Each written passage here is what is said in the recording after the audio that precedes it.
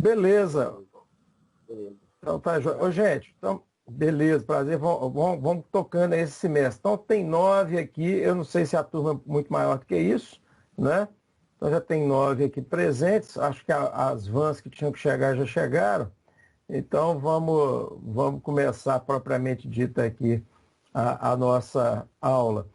Esse momento agora, né, eu acho importante para a gente se rever, né, assim, eu queria até pedir, como o Pedro fez e tal, depois, né, quando a gente for conversar, tiver um momento assim aberto, que vocês liguem mesmo a câmera para poder te ver a cara, não ficar falando só com a tela do computador, tá? Beleza, então vamos lá. Eu vou compartilhar a tela com vocês aqui. A primeira tela que eu vou compartilhar, na verdade, é aqui do nosso Telegram, tá? Ainda não entrou ninguém, tá? Mas aqui vai ser, né? Eu coloquei inclusive o link da aula virtual aqui também.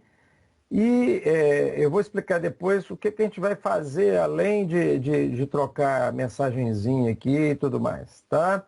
Mas é importante, o Telegram tá então disponível. Aqueles que já tiverem Telegram, fica fácil. Quem não tiver, fazer o Telegram também não é um problema.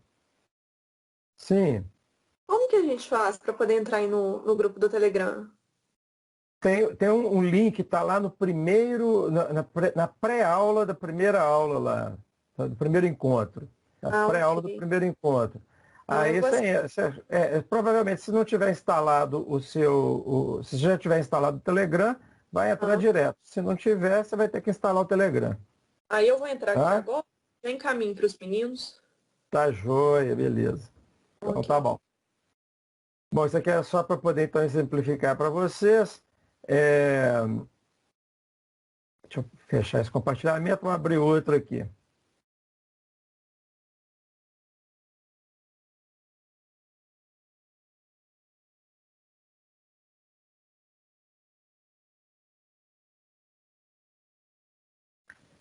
Conseguem ver essa tela? Sim, professor. Beleza. Sim. Bom, bacana. Então vamos lá. Eu vou só fazer uma pequena apresentação assim rápida, porque a maior parte de vocês já me conhece, né? Ou a totalidade. Mas a primeira coisa que eu gosto de colocar na minha formação pessoal aqui, é quando eu vou me apresentar, que eu sou técnico em patologia clínica. Eu fiz Coltec, né? Fiz colégio técnico no Colégio Técnico do FMG, lá nos idos de 1982 a 85, né? Então, fiz o curso de patologia clínica. Depois, um ano de estágio no Centro Metropolitano de Saúde Carlos Chagas, pegando boi pelo chifre lá, fazendo em torno de 180 coletas por dia, exame de sangue por dia. O negócio lá foi uma experiência bem produtiva em termos de estágio. E ali também eu tive muito contato com os farmacêuticos. Na época, farmacêutico, não gostava de ser chamado de farmacêutico não, né? Eles falavam que eram bioquímicos, né? Então os bioquímicos lá Eu tinha também, né, e tenho até hoje uma tia que é farmacêutica e acabou me influenciando também na decisão na hora de escolher o curso. Além disso, meu pai era representante de laboratório, foi representante da Abbott, da Pfizer, né, pela Osborne, Wesley, então de várias empresas, mas o que ele ficou mais tempo foi na Abbott, né, foi supervisor, foi representante 15 anos e supervisor por 5 anos. Né, então eu cresci basicamente no meio de amostra grátis, aquelas lembrancinhas que eles davam para médico, né, então eu brincava com aqueles negócios e tal. Bom, beleza. Então, eu falo que eu não tive muita opção, não. Eu acabei sendo farmacêutico sem perceber. Na hora que eu fui fazer minha inscrição para vestibular, e na época não tinha outra possibilidade, porque aqui em Belo Horizonte você só tinha como faculdade de farmácia a da UFMG, né? Então eu fiz lá o vestibular. E apesar do curso técnico lá do Coltec não privilegiar, ou seja, não tinha intenção de preparar ninguém para o vestibular, todos os meus colegas que fizeram o vestibular, todos nós passamos no curso. Então, eu tive vários colegas que foram colegas de Coltec, que foram colegas também de faculdade, e outros que foram fazer outros cursos, né? Mas, então, muitos amigos aí, o Coltec é uma experiência diferenciada. Na faculdade de farmácia eu entrei, obviamente, com a finalidade de fazer análises clínicas, né? Já que eu vinha dessa história aqui toda de patologia. Entretanto, lá para o 5º período, eu tive a disciplina de química farmacêutica e ali começou a virar a chave, né? Ao invés de fazer análises clínicas, eu acabei indo para a indústria. Na ocasião, o curso de farmácia, como eu já disse aqui hoje, ele era assim, né? Você fazia o curso de farmácia em 3 anos e o 4º ano era o ano da habilitação. Aí você fazia ou farmácia ou análises clínicas ou indústria. E na ocasião a indústria ela contemplava alimentos e medicamentos, né? Era de medicamentos e alimentos. Então eu sou farmacêutico industrial, né, na área de alimentos e medicamentos. Tá? Beleza. Então, logo eu estava terminando, então eu não tinha nem concluído a minha habilitação, teve um concurso aí em Betim. Estou falando aí em Betim porque eu estou em Belo Horizonte, tá, gente? Eu moro aqui. Apesar da minha vida ser toda voltada aí para Betim, né? Teve um concurso aí em Betim, em 91, né? Isso foi em 91. Eu estava concluindo essa parte da habilitação e a minha tia, que é farmacêutica, me chamou, né, para poder fazer. Falou assim, vamos lá fazer e tal. Eu falei assim, tá, vamos, né? Não estava muito afim não, mas vamos lá, né?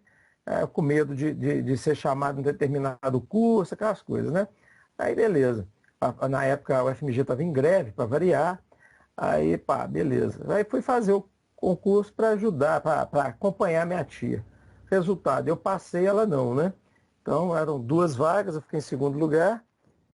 Apesar disso, hoje, se você fizesse, né, o concurso assim, né, a efetivação era automática, né? Hoje, obrigatoriamente, se abriu 2 vagas, você tem que chamar as 2 vagas logo que for homologado o concurso. Na época, não.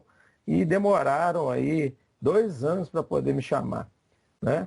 Nesse ponto foi até bom, porque nesse meio tempo eu fiz o meu mestrado, né? Eu comecei meu mestrado, na verdade.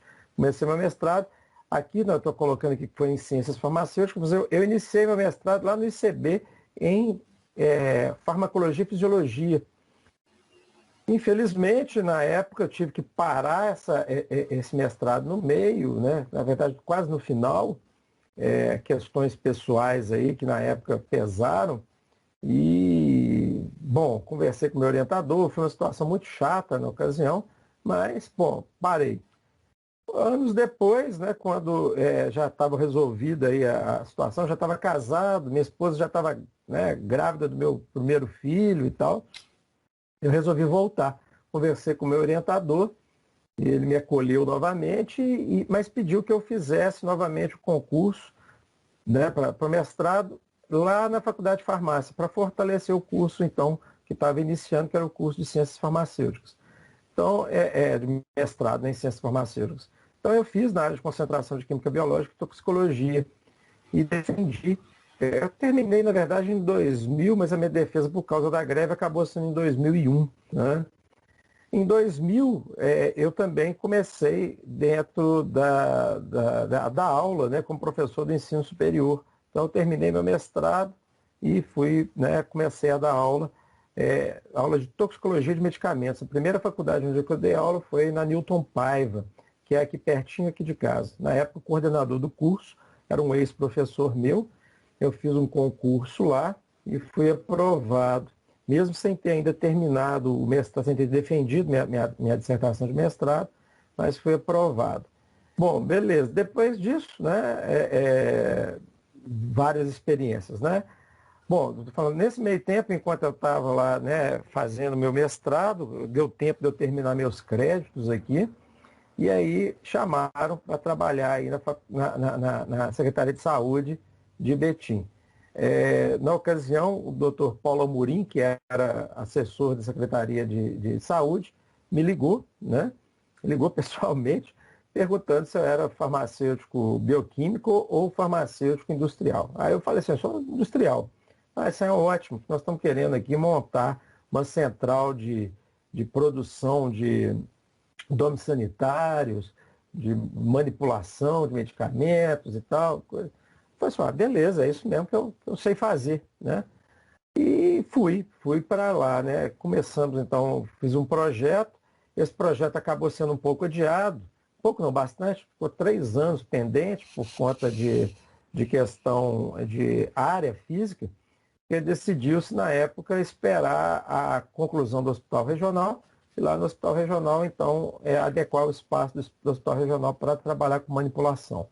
Então, nesse meio tempo, né, eu fiquei trabalhando como foi referência técnica de assistência farmacêutica em Betim por esses 3 anos. Inaugurado o hospital em 96, eu fui então, né, pedir a transferência para lá e comecei a trabalhar com essa parte de manipulação de exames sanitários, depois de medicamentos.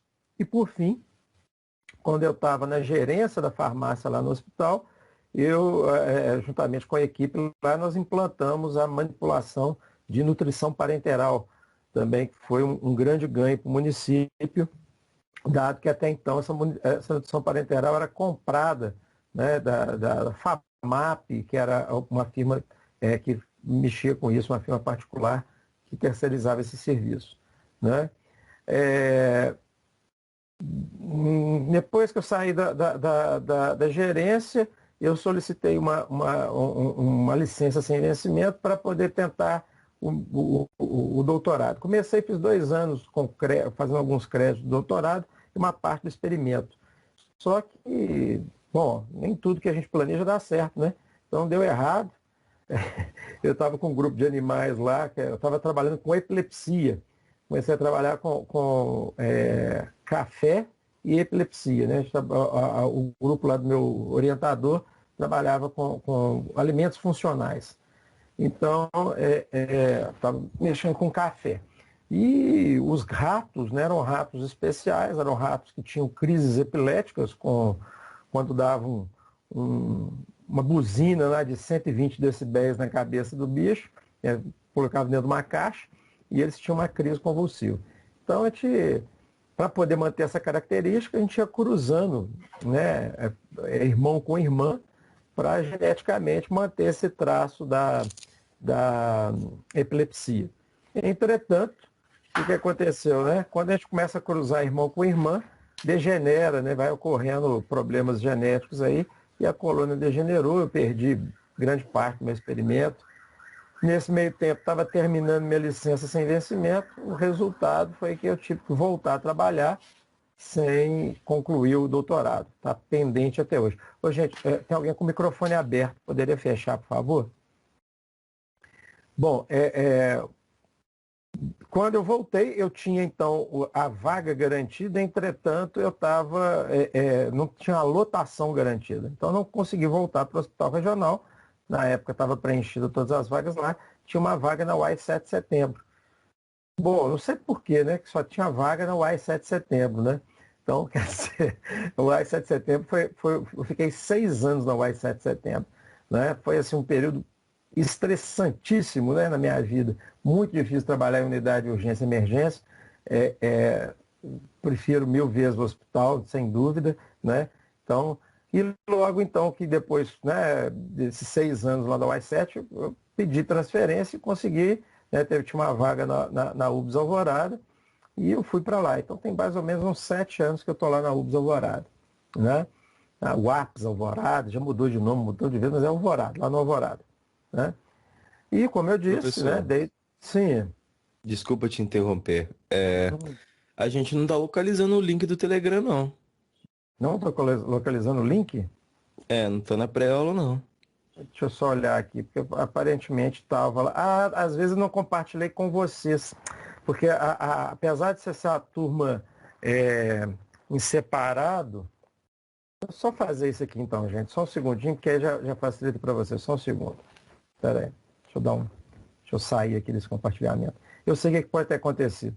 Porque a assistência farmacêutica aparece para mim como uma disciplina só. E tem turma da noite e turma da manhã. Eu posso ter compartilhado com a turma da noite e não ter compartilhado com vocês de manhã cedo. Então, é provável que tenha sido isso. Só um segundo. Deixa eu fazer isso ali para vocês agora. Acontece, às vezes a gente acha que está compartilhando com todo mundo e não está. Isso é rapidinho. Convite.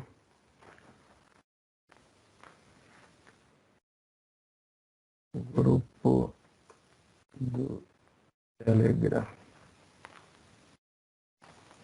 Vou mandar o link aqui.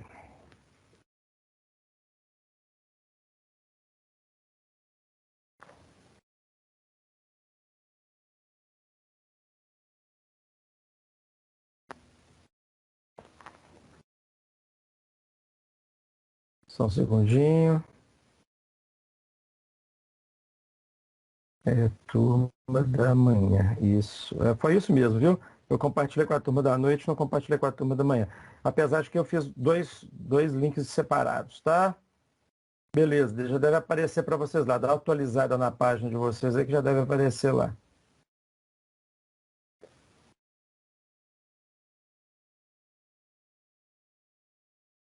Depois vocês me dão um retorno. Eu vou te dar o retorno daqui a pouco. Tá, dá me dar um retorno daqui a pouquinho, então. Então, só finalizando aqui, né? Como eu disse, em 2000 comecei a dar aula.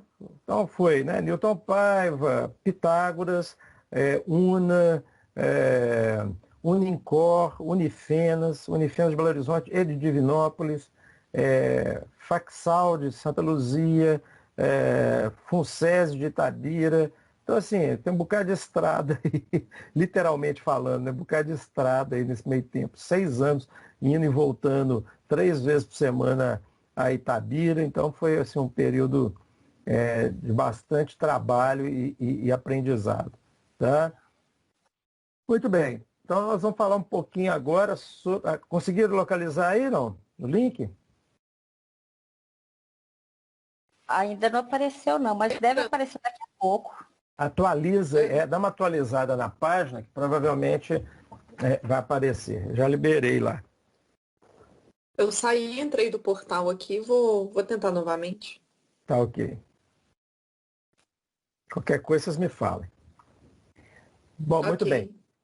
Então vamos lá, vamos fazer um pouquinho da apresentação da disciplina. No que tange aí mesmo as características aí da disciplina. Então, a disciplina é de assistência farmacêutica, né?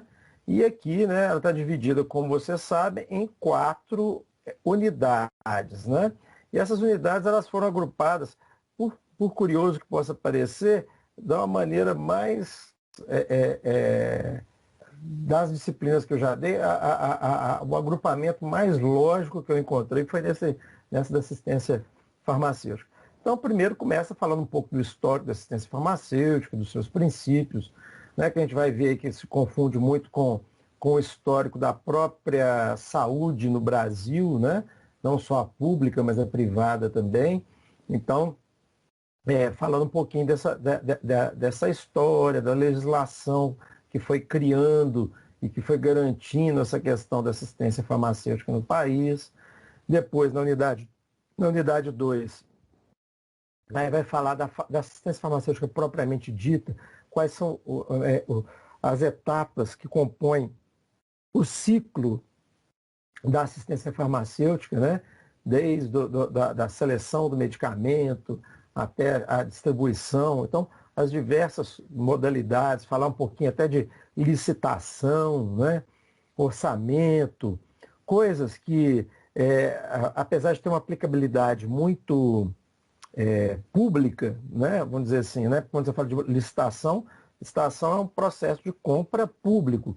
Mas mesmo para aqueles que trabalham na área privada, né? As cotações de preço, as coisas que são importantes serem feitas aí, acabam sendo, né, fazendo parte da mesma, vamos dizer, do mesmo tipo de atividade, né? Então, os ciclos aí da assistência farmacêutica. vala também de armazenamento de medicamentos, e aqui está previsto uma visita técnica ao local de armazenamento e dispensação de medicamentos. No caso, se, né, como é bem provável, não tivemos ainda voltado a aulas presenciais, eu estou querendo conversar lá com o pessoal da CAF, que é a Central de Abastecimento Farmacêutico e de Insumos aqui do município de Betim, né, da Secretaria de Saúde, para ver se a gente consegue fazer essa visita virtual, né? Então, conversar com as colegas de lá, ver se elas podem fazer isso, participar de uma live conosco e fazer, então, né, mostrar lá o local, né, para poder a gente suprir isso aqui um pouquinho, tá? Essa falta da visita técnica em loco. Mesmo porque se a gente fosse fazer isso em loco, a gente teria que dividir, né? No caso da de vocês não, mas a da noite com certeza teria que ser dividida.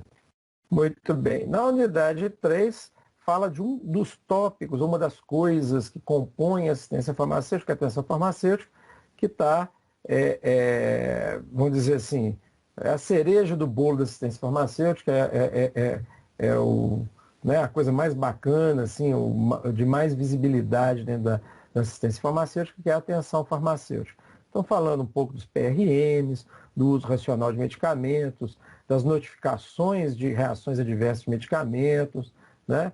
E os conceitos, né?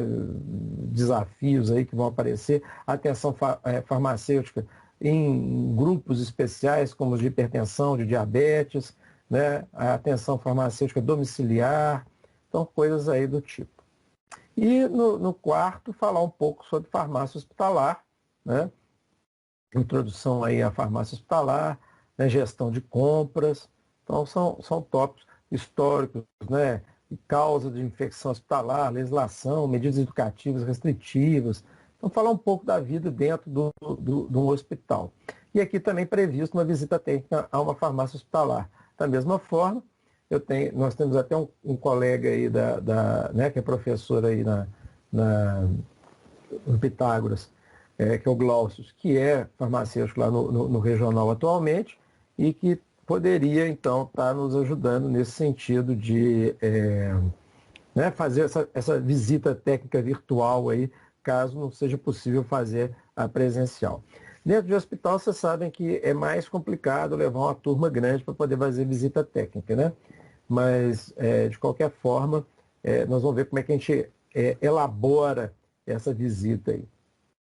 Ok? Então seriam esses os 4 principais tópicos. Essa disciplina é uma disciplina de nível 2, né? Então são distribuídos aí 12 mil pontos, sendo que 5 mil são de avaliação oficial, dos quais vocês têm que alcançar no mínimo 2.500 pontos para serem aprovados, certo? Então é meio por aí, né? Vocês já sabem que é mais difícil um pouco do que a disciplina de nível 1, que você precisa lá de, sei lá, 1.500 pontos, se não me engano, né? 1.500 pontos para poder ser aprovado. Então, basicamente, quem fizer uma boa primeira prova já está, né, com burro na sombra, como diz o povo, né? Então, aqui você tem que se preparar bem, fazer aquela primeira prova lá que vale 1.000 pontos, ainda tem que tirar 1.500 na segunda. Então, já é um pouquinho mais puxado, né? Mas isso é tranquilo para vocês, acredito que todo mundo vai sair bem. Bom, eu ainda não tenho definido a distribuição de pontos, mesmo porque, como eu disse, essa volta às aulas agora, ela acabou sendo um pouquinho atribulada devido a essas modificações que eram para ser feitas. Eu vou só pedir licença aqui, eu vou compartilhar uma outra tela com vocês agora, que é o do nosso calendário institucional aqui desse segundo semestre.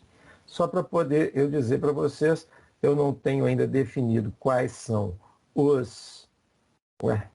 Fechei. Eu queria baixar o quadro aqui e fechei. Bom, não temos definidos ainda os valores, mas já tem definido quais são os trabalhos e quais são as datas, tá? Então, bom, eu sempre trabalho olhando meus limites, né? Então, por exemplo, dia 19 de setembro é o prazo limite para lançamento de uma parte, né, da primeira parte das atividades parciais. Então, tem que lançar no mínimo 300 pontos até o dia 19. Então, com certeza, nós vamos ter alguma atividade avaliativa aqui antes, né? Como que nós vamos fazer? Hoje são 28, não é isso? Estamos aqui iniciando nossa disciplina. Então, nós temos dia 4 e dia 11, né? E dia 18, são os 3 dias antes do dia 19. O que nós vamos fazer? Eu vou ter, com certeza, né, de dar uma atividade avaliativa nesse período aqui. Então, no dia 11, eu vou dar um trabalho para ser entregue no dia 18. Então, vocês vão ter, né, uma semana para me entregar esse trabalho. Eu falei, não defini ainda qual é esse trabalho, tá? Eu vou definir ainda qual vai ser o conteúdo desse trabalho e vou comunicar para vocês já, né? A gente já está, né, no dia 4, na próxima semana, eu já vou dar esse escalonamento certinho, dizendo o que é cada coisa, qual vai ser o conteúdo de cada avaliação. Mas no dia 11 já fiquem sabendo que vai ter a distribuição desse trabalho com entrega para o dia 18. Então, vocês vão me entregar no dia 18, dia 19 eu já corrijo e lanço a nota dessa primeira parte. Bom, beleza. Isso é só uma parte, né? Aí eu já olho aqui, eu estou vendo né, a gente já olha aqui e vê essa janelinha aqui, essa linha azul clara aqui, que indica os dias das provas oficiais. Então, começa no dia 5 e vai até dia 9. Então, eu já tenho certeza que a prova de vocês, primeira oficial, será no dia 9 de outubro. Se programem, então, para poder estarem aí disponíveis nessa data, dia 9 de outubro. O que faz dizer que eu vou ter também uma outra prova, né? Eu sempre trabalho, viu, gente? Depois que eu fui me adaptando aí ao esquema do Pitágoras de Betim, eu trabalho da seguinte forma. As parciais eu dou um trabalho e uma prova, tá? Então, esse trabalho que vocês vão me entregar no dia 18 e a prova que vocês vão fazer no dia 25. Então, vai ter uma prova parcial no dia 25. Por que no dia 25? Porque no dia 2 a gente tem a oportunidade de corrigi-lo, esclarecer dúvidas, para que vocês estejam preparados para fazer oficial no dia 9. Ok?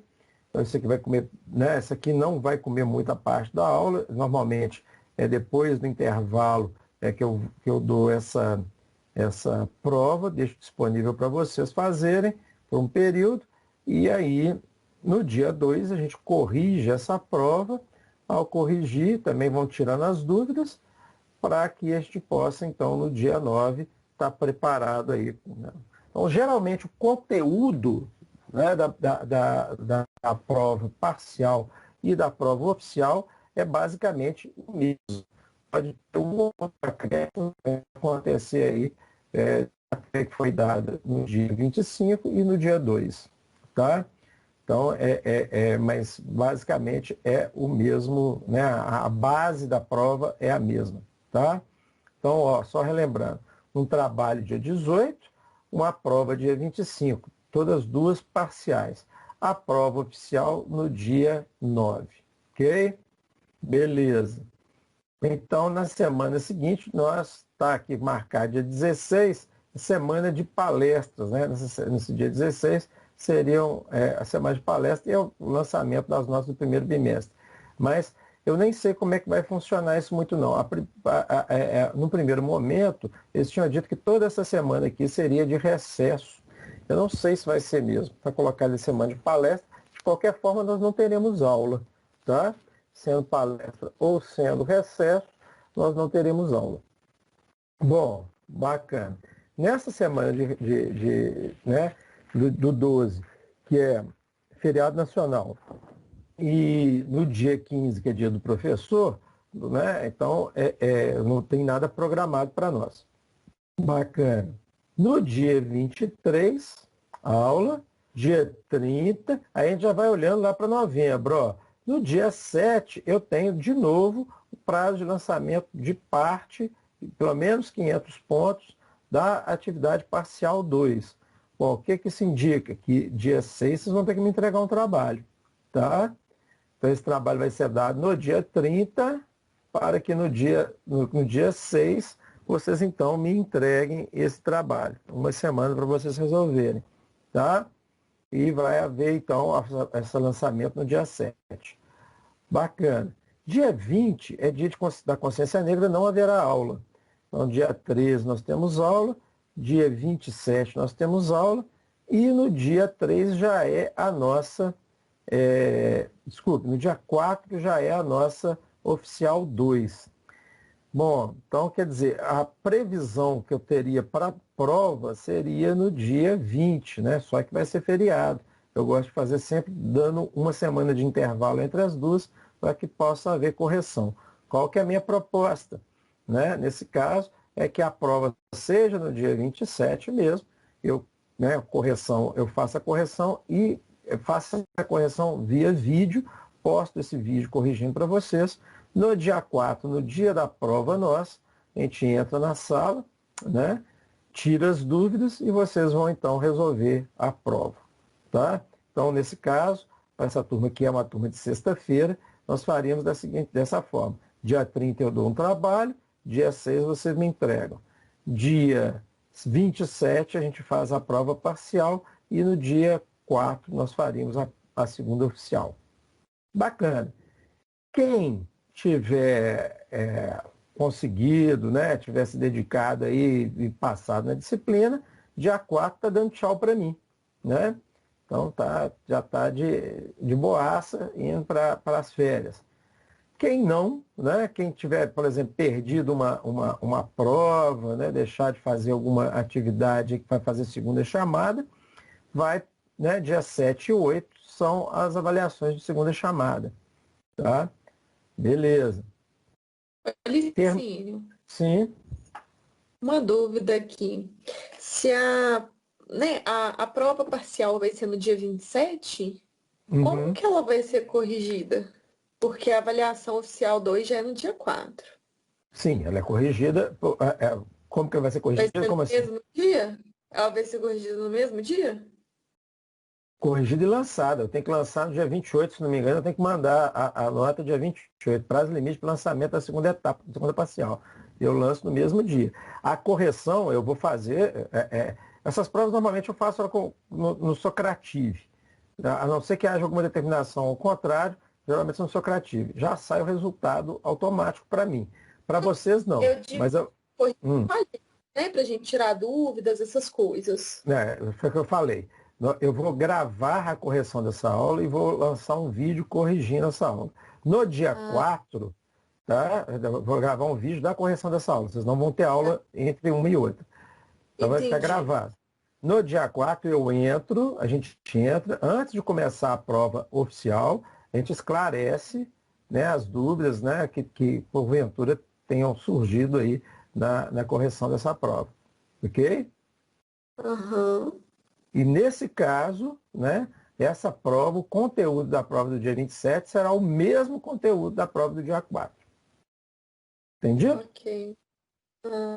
Isso Eu posso só rever que consiga o cronograma direitinho? Sim, vamos lá. Ó, Pode. então vamos lá. Ó. Dia 18, vocês têm uma entrega de trabalho. Tá? Eu não ainda defini valores, né? Então estou só colocando, né? Dia 18, então, entrega desse trabalho. Dia 25, a primeira prova parcial. Dia 9, a primeira prova oficial. Dia 6 de novembro, entrega de trabalho. Dia 27, prova parcial 2. E dia 4, prova oficial 2. Ok. Tá? Depois eu vou colocar para vocês na semana que vem, eu já venho com esse cronograma definido, os temas dos trabalhos e os valores de cada um deles, assim como também o conteúdo das provas, conteúdo das provas eu deixo meio livre, porque às vezes a gente avança mais do que está previsto, ou fica aquém daquilo que eu previ, então vai ser o conteúdo dado até a véspera da prova. Isso é sempre assim. Né? Professor, Ah, bom, é até um pedido, né? O senhor uhum. falou que vai fazer porque no dia 20 é dia de consciência negra, nós vamos ter um feriado, não é isso? Sim. Eu não sei a turma, né? E também não sei como que o senhor poderia fazer isso por nós. Não teria como o senhor enviar essa avaliação parcial para a gente estar fazendo?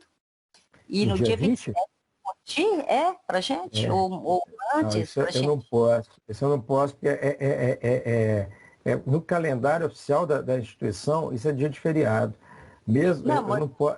Eu sei. passar antes para a gente, no dia 13, para a gente fazer essa correção dia 27? Eu não sei se vocês veem grande problema nisso, porque aqui,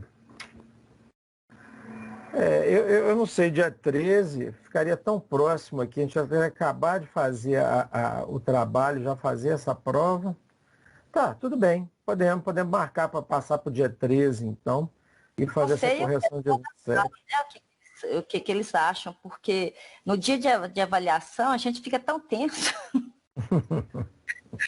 Mesmo virtual, a gente fica muito tenso, então, não sei. Bom, é só uma Eu acho que sugestão. no mesmo dia surge mais dúvidas. A gente fica confuso, talvez. O Como é professor, que é é? só uma sugestão, se eu puder olhar com carinho, eu particularmente agradeço muito. Nós estamos propondo que seja, está propondo, Elizabeth, que seja feito então no dia 13 e não no dia 27.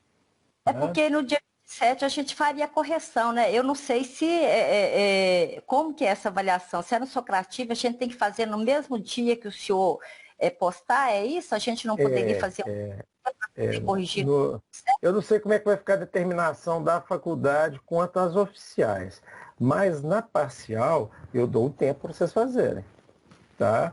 Eu dou um tempo que não é de 24 horas, não, ok? Eu acho essa questão de 24 horas tão engraçado, deixar uma prova aberta 24 horas para vocês fazerem, mas é a determinação da faculdade, então eu deixo.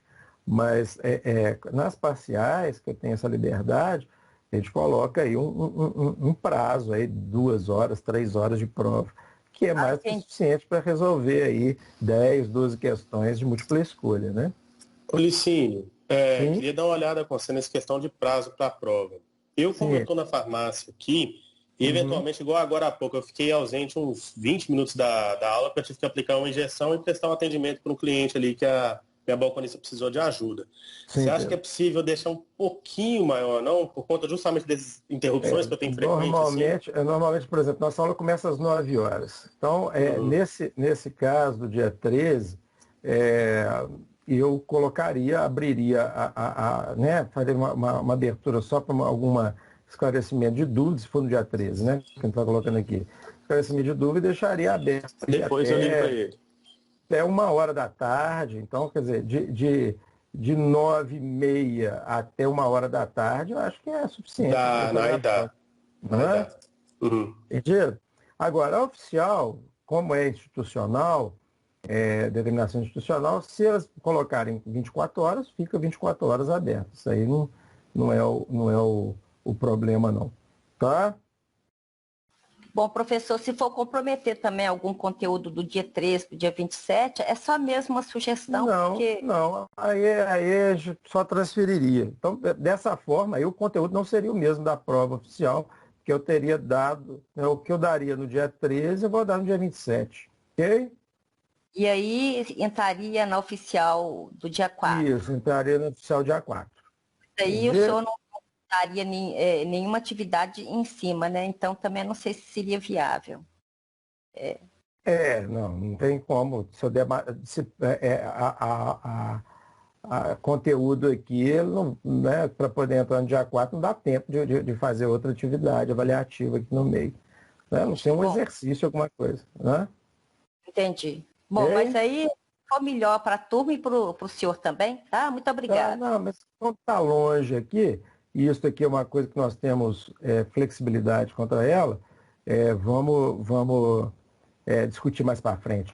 O certo é que, né, nós temos agora dia 18 um trabalho e dia 25 uma prova parcial, ok? Ok. E no dia 9 é oficial. As oficiais não tem como mexer nela não, a não ser que a faculdade mexa. Mas vocês têm, então, oficial dia 9 e dia 9 de outubro e 4 de dezembro. Isso daí vocês já estão marcadas essas provas. Tá?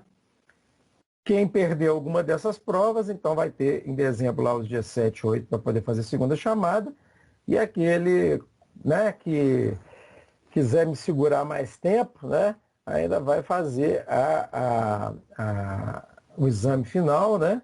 Fazer o exame final que está previsto para exame final entre 14 e 18.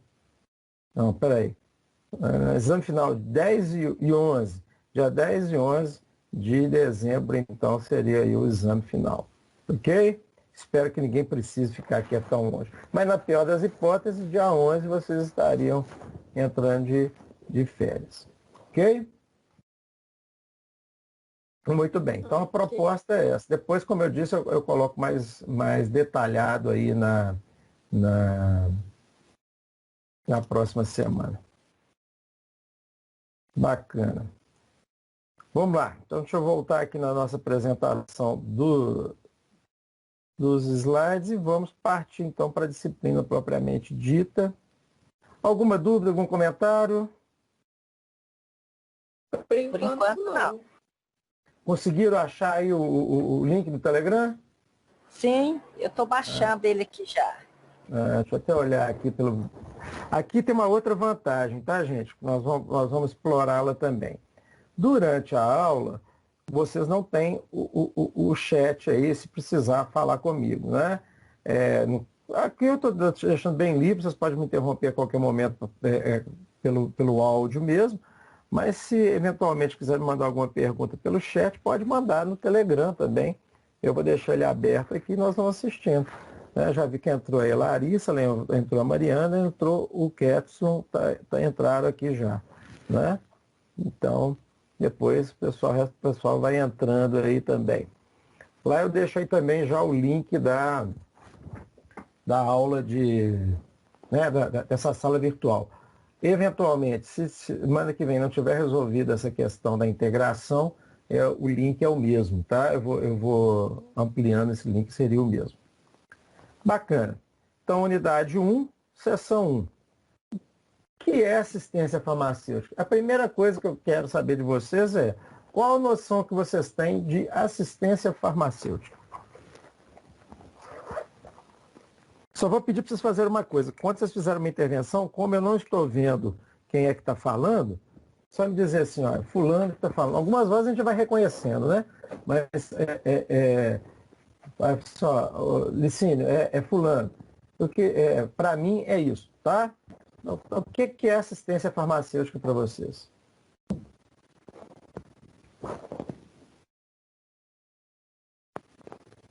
Como é que vocês definiriam isso?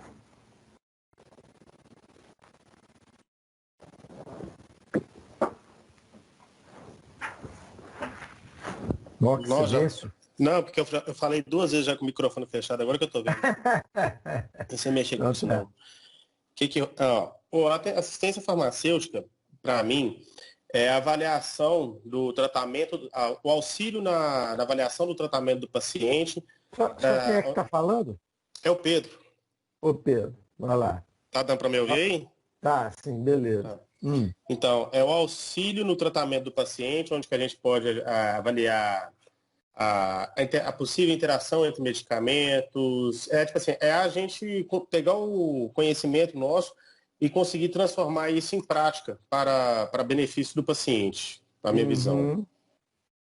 Tá, então, nessa intervenção direta é com o paciente, né? Sim, sim. Beleza. Mais alguém? Agora deixa eu fechar o microfone aqui. Tá, joia. Eu vou colher as ideias, depois eu comento cada uma delas, tá? A caneta acabou a carga aqui, estou anotando. Mais alguém?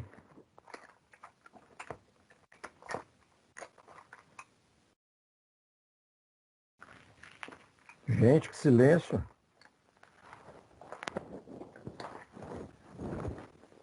Só o Pedro que tem alguma noção do que é assistência farmacêutica?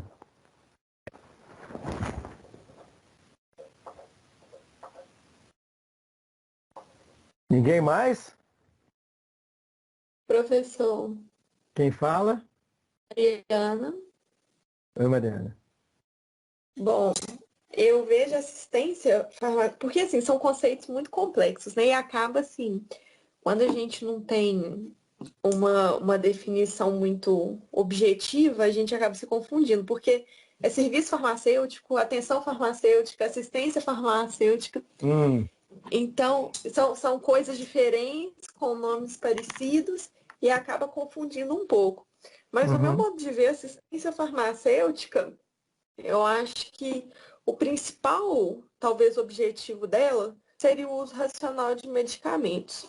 E eu acho que é nessa parte que o farmacêutico entra, promovendo, né, essa assistência mesmo, né, para proteger, né, o paciente e trazer para mim a saúde dele o mais rápido possível e de maneira mais segura. Tá. Isso teve essa ação seria, como o Pedro também colocou, diretamente ligado ao paciente. Olha, eu acredito que sim, tá? Mas assim, eu não tenho um conhecimento nosso de falar com certeza. Mas por enquanto, o conhecimento raso que eu tenho em relação a isso, na minha opinião, é isso, é diretamente com o paciente. Ok, beleza. Bom É dia, conhecimento professor. raso. A gente não vai exigir que a pessoa, no primeiro dia de aula, já saiba tudo, né? Então, é justamente. Mas eu parto do pressuposto seguinte, sabe? Eu acho que todo mundo tem uma noção. E essas noções, é que a gente, né, todo mundo tem uma noção daquilo que está falando, que pensa, ouve um termo, e isso aí tem que ser levado em consideração. Né? Ninguém é um saco vazio que chega para poder ter aula sem saber nada, né? Então vamos tentar explorar isso que cada um sabe, né? Professor, Elizabeth está falando. Elizabeth. Fala sobre assistência farmacêutica, né? Eu que sou bastante leiga nessa área, da prática, né? Eu penso que seria essa integração, essa mão dupla entre farmacêutico, o atendido, né? O cliente lá, a pessoa, e essas interações medicamentosas de forma correta, porque o farmacêutico ele faz uma diferença assim fundamental nessa questão de colocar como que esse fármaco vai agir junto com as outras interações, né? Então, eu acho que quando falo em assistência farmacêutica, eu penso só mesmo assim, essa interação direta e fundamental, né? É isso. Com o paciente também, não é? Com o paciente, farmacêutico, o fármaco, né, o medicamento. Ou seja, o E o farmacêutico paciente. usando os conhecimentos que ele tem da farmacologia e tudo mais, para beneficiar esse paciente no uso do seu, né, como a Mariana colocou, como o Pedro colocou, né, no uso racional, no tratamento, melhorando, auxiliando o tratamento do paciente. Beleza. Sim. Mais alguém? Professor, eu vejo não só como atendimento ao paciente, porque eu tenho uma amiga minha que trabalha na Unimed, ela trabalha como farmacêutica, só que dando assistência farmacêutica. Ela atende somente os médicos. Toda receita que a Unimed vai liberar para um paciente. Pedro que está falando? Ketlon. Ketlon, tá. Só para vocês me falarem para poder lembrar. Toda receita que um médico vai liberar para a Unimed tem que passar por ela antes, entendeu? Ela tem que aprovar para ver se realmente é para aquilo que o médico está passando. Ah, tá. Então ela faz também essa auditoria nos pedidos médicos. Isso. Interessante. Professor Karim, Sim. eu acho que assistência farmacêutica é quando o farmacêutico ele dá uma assistência direta ao paciente, orientando sobre uso, dosagem. Isso que o Ketson falou lá na Unimed é farmácia clínica. Realmente, tudo que o médico prescreve primeiro passa no farmacêutico. Ele tem que analisar a prescrição, analisar, por exemplo, o tempo de uso do antibiótico, se a dosagem está certa, se está passando. Sim. Tipo assim, se tá, ele analisa os resultados dos exames e olha se o medicamento está fazendo efeito, tem que aumentar a dosagem, tem que abaixar, aí ele vai e conversa com o médico, e o médico mudar a prescrição. Tá, então estou falando também da parte de farmácia clínica que existe lá, né? Isso. E a assistência você está colocando como sendo a atividade direta ao paciente, não essa indireta, vamos dizer assim. Isso. Tá? Então a assistência seria ao paciente e a farmácia clínica você faria aí com, né, com interação com outros profissionais da área. E exatamente também com familiares. Com familiares. Uhum. Ah, está falando diretamente e com familiares, né? Aham, beleza. Às vezes o paciente ele está inconsciente, aí geralmente eles ligam, perguntam se eles fazem uso de algum medicamento contínuo, essas coisas. Ou paciente que não tem condição mesmo de se gerir, por exemplo, criança, idoso com demência, né? Isso. Uhum. Muito bem. Então, ó, Pedro, Mariana, Elizabeth, Ketlon, Karine, mais alguém? Agora que vocês ficaram mais à vontade, estão com a língua mais solta. Mais alguém? Gente, só para contar uma história para vocês. Em 2013, eu comecei a dar aula numa faculdade aqui em Santa Luzia, chamada Facsal. E no primeiro semestre, no final do primeiro semestre, me chamaram para participar de banca de TCC. E eu peguei me deram um TCC, como sabia que eu já tinha trabalhado com assistência farmacêutica aí em Betim, né, e tal, me deram um TCC a temática era essa, né? Assistência farmacêutica no SUS. Eu falei assim, beleza, é o que eu faço, né? Tinha na ocasião 20 anos, né, que eu trabalhava com isso. Bom, beleza. Então eu peguei aquilo lá e comecei a ler, estou lendo, estou caçando assistência farmacêutica ali, estou vendo, mas isso aqui não é. Olha, um dos erros mais comuns que se comete quando se fala em assistência farmacêutica é confundir assistência farmacêutica com atenção farmacêutica. São duas coisas distintas. Uma faz parte da outra. Ou seja, eu até mostrei ali na hora que a gente estava descrevendo a disciplina. A atenção farmacêutica, ela está embutida dentro da assistência farmacêutica, mas ela não é a assistência farmacêutica. E a gente percebe isso não só na fala de vocês, mas no dia a dia, porque as pessoas não conseguem fazer essa distinção. Beleza. A assistência farmacêutica, gente, ela é muito mais ampla do que a própria atenção. Quando eu falo de cuidado do paciente, quando eu falo de intervenção farmacoterápica, quando eu falo até mesmo de avaliação aí junto à equipe médica, eu estou falando de atenção farmacêutica e não de assistência. Apesar de, como eu disse, a atenção farmacêutica estar embutida dentro da assistência farmacêutica. Bom, não preciso nem dizer que essa menina sofreu, né? A pobre coitada sofreu na minha mão na hora do TCC. Ela foi apresentar a apresentação do TCC, e aí tem aquele negócio, né? Aquele ritual todo, né? Põe a melhor roupa, chama familiar, vai namorado, vai não sei o que mais das quantas, vai aquele circo todo. E eu comecei a arguir a menina justamente para tentar entender se ela sabia fazer essa distinção entre uma coisa e outra. E ela foi só se enrolando, se enrolando, se enrolando, se enrolando, e ao final ela foi reprovada. Bom, foi uma situação muito constrangedora, porque além da própria situação de ser, né, eu ainda virei para ela e falei assim, olha, eu não sei, né, mas seu orientador devia ter te pedido, né, para fazer essas correções, para você não passar por esse constrangimento de vir apresentar e ser reprovada aqui. Quem que era o orientador dela? Era o coordenador do curso lá. Eu não conhecia direito, então, né? Então, resultado, eu desagradei todo mundo ao mesmo tempo, né? Consegui desagradar todo mundo ao mesmo tempo. Beleza, bacana. Então, mas depois o coordenador veio conversar comigo, falou assim, não, você está certo. Eu já tinha falado com ela isso, só que eu pedi para ela fazer a correção 3 vezes e ela não fez. No final ela falou, né, que queria defender, assim, então vai para a banca. Eu só não tive, ele falou comigo, eu só não tive a oportunidade de conversar com vocês antes para poder dizer isso, mas era isso que eu esperava que acontecesse.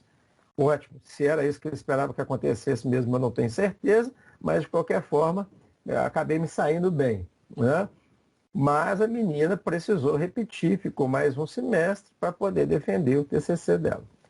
Então, gente, é muito importante, a população a gente não vai pedir isso, mas para nós farmacêuticos sabermos fazer a distinção entre, então, assistência farmacêutica e atenção farmacêutica. E um dos objetivos dessa disciplina é justamente essa, a gente entender essa amplitude que existe dentro da assistência farmacêutica.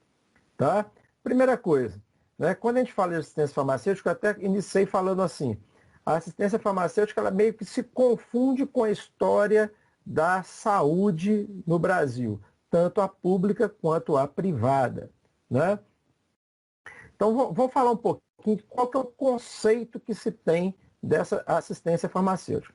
Então, definida em 2004 pelo Conselho Nacional de Saúde, né, dada nessa resolução aí, 338, está colocado o seguinte, que a assistência farmacêutica é o conjunto de ações voltadas à promoção, proteção e recuperação de saúde, tanto individual como coletivo.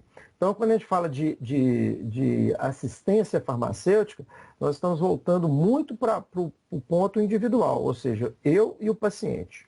Né?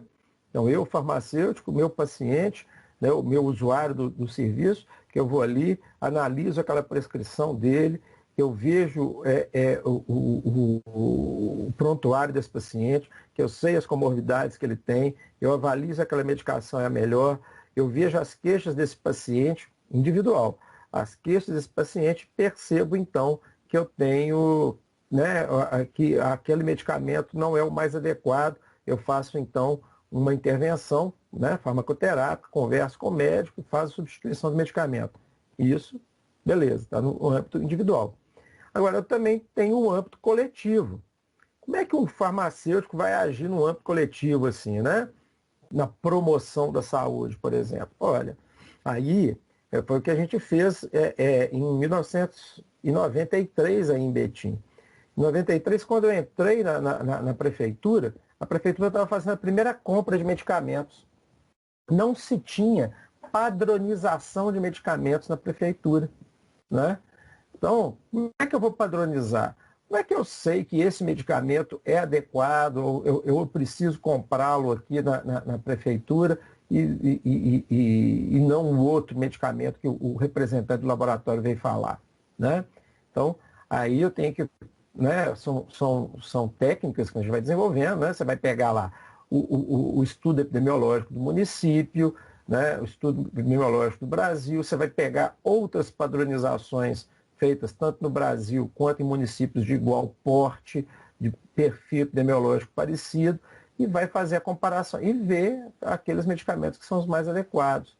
Eu tenho que fazer um planejamento da compra desses medicamentos. Isso tudo, gente, é assistência farmacêutica. Não é atenção mais. Vocês percebem? Então, há essa diferença. Então, nesse momento, eu estou fazendo uma questão de promoção de saúde. Proteção da saúde também, da mesma forma. Né? Tá revendo constantemente essa padronização. Eu estou elaborando políticas públicas, por exemplo, para diminuição da utilização de benzodiazepínicos por idosos no município. Se eu consigo fazer uma campanha desse tipo, fazer um projeto para verificar a incidência, para ver o número, por exemplo, se sabe que benzodiazepínico está relacionado com o aumento do número de quedas de idosos, né? Então, eu tenho que fazer. Qual que é o número de quedas? Há uma diferença estatística entre o número de quedas que um idoso que faz uso de benzodiazepínico tem com aquele que não usa o benzodiazepínico, né? Teve no último ano, por exemplo. Então, são estudos, tudo isso daqui faz parte do estudo do farmacêutico, né? Para propor políticas públicas para melhoria, proteção, promoção e recuperação da saúde também, tanto do indivíduo, né, no âmbito individual, você e o paciente, como vocês colocaram aqui, como também no âmbito coletivo. Óbvio, como a gente é farmacêutico, a gente tem o medicamento como insumo essencial, né? Então está colocado aqui, né, tendo o medicamento como insumo essencial e visando o acesso e ao seu uso racional, né? Visando o seu acesso e o uso racional. Ou seja, eu tenho que facilitar para que o meu paciente, né, para o meu usuário, ele tenha esse medicamento disponível, né? E que, e mesmo disponível, que ele seja usado de forma racional. Porque uma coisa é ter acesso, outra coisa é ter uso racional. Muitas vezes eu tenho acesso, mas não tenho uso racional. Outras vezes eu tenho uso racional, mas não tenho acesso. Então, as duas coisas são importantes. Nesse caso, os benzodiazepínicos que você citou, por exemplo, né, em Betim, a gente tem acesso. Se você for pegar qualquer unidade básica de saúde que você for ali, né, quem falou que estava mexendo com dispensação de controlado? Teve alguém aí de vocês que me falou que estava mexendo, uma das meninas aí falou que estava mexendo com dispensação de controlado até sair lá do PTB. Quem é que estava no PTB? A Débora. Débora.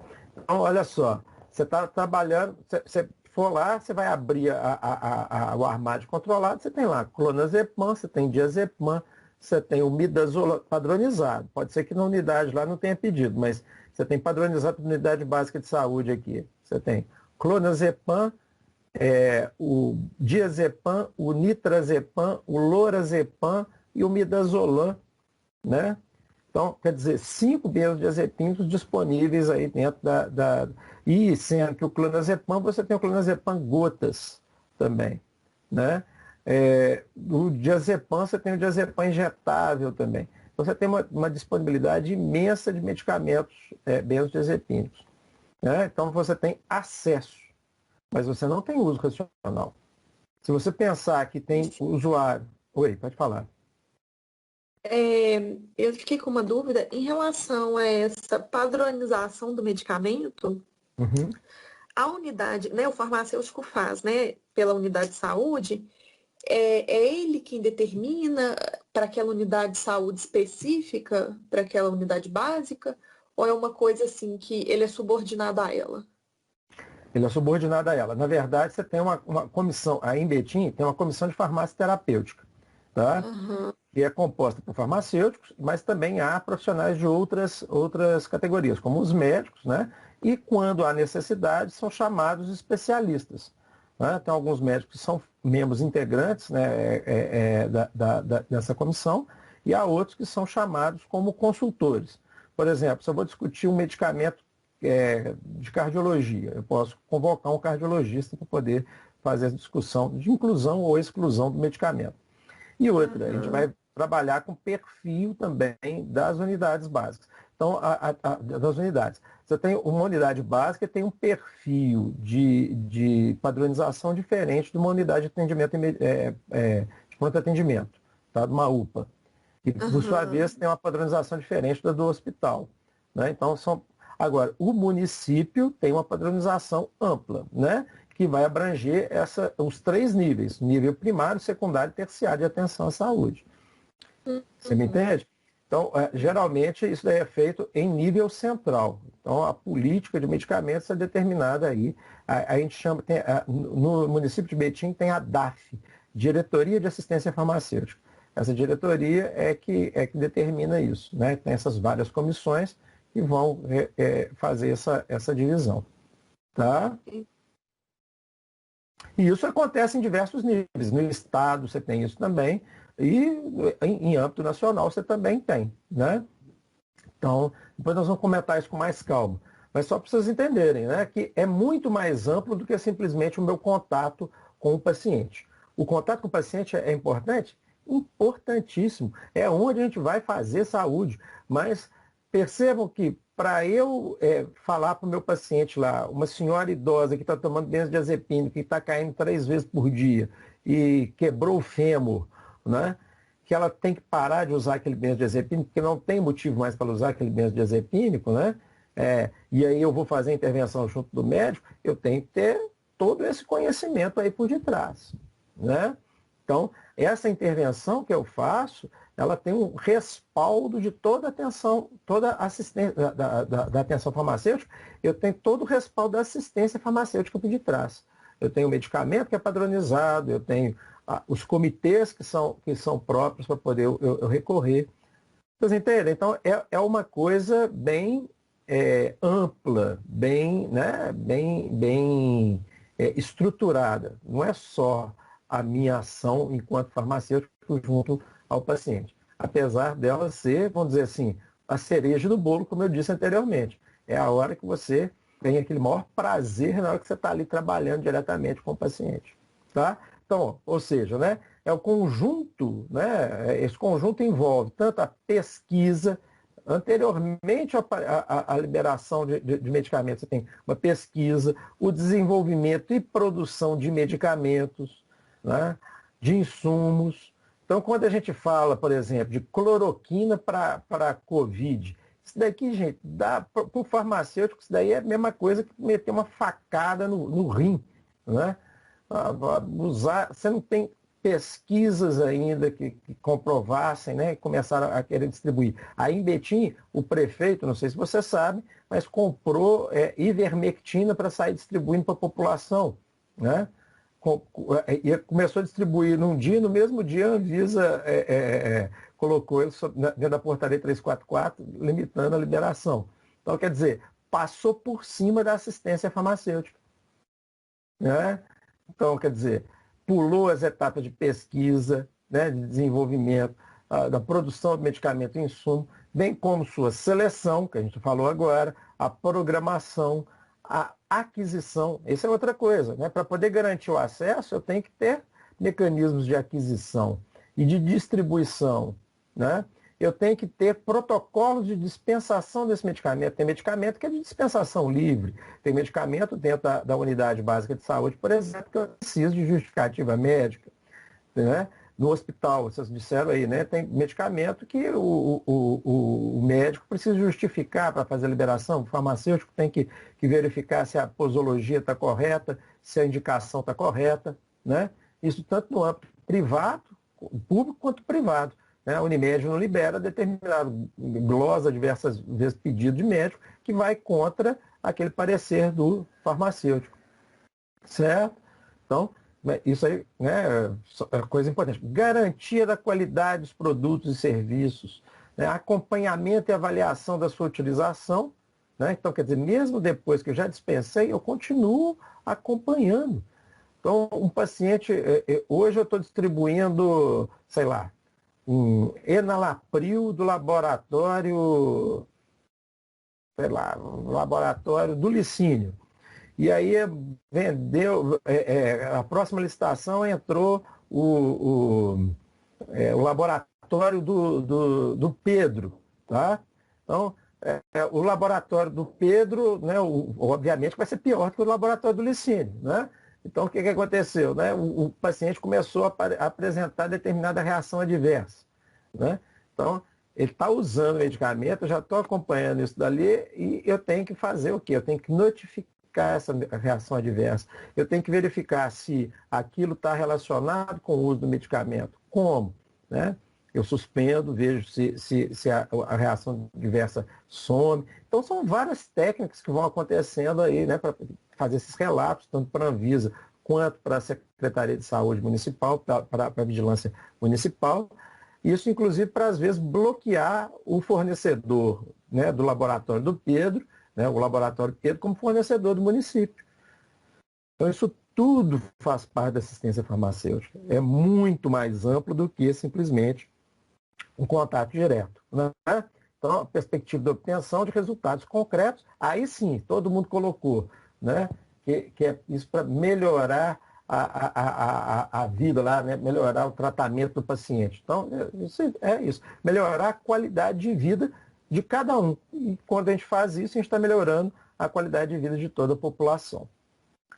Entendido? Então, a assistência farmacêutica é uma coisa mais ampla do que a atenção farmacêutica, apesar de a atenção farmacêutica estar dentro da assistência farmacêutica. Gente, pausinha, vamos fazer uma pausa? Né? Então, só para... Eu comecei cedo aqui, então a gente faz uma pausazinha. São, no meu relógio aqui, então, são 10h43. 10 minutinhos aí? Vamos voltar às 11 horas? Pode ser? Pode, ótimo. Então tá, joia. 11 horas a gente volta aí, então. Ok? Ok. Então, um cafezinho aqui, um banheiro. Então, Isso. até daqui a pouquinho. Vamos lá, pessoal, retomando.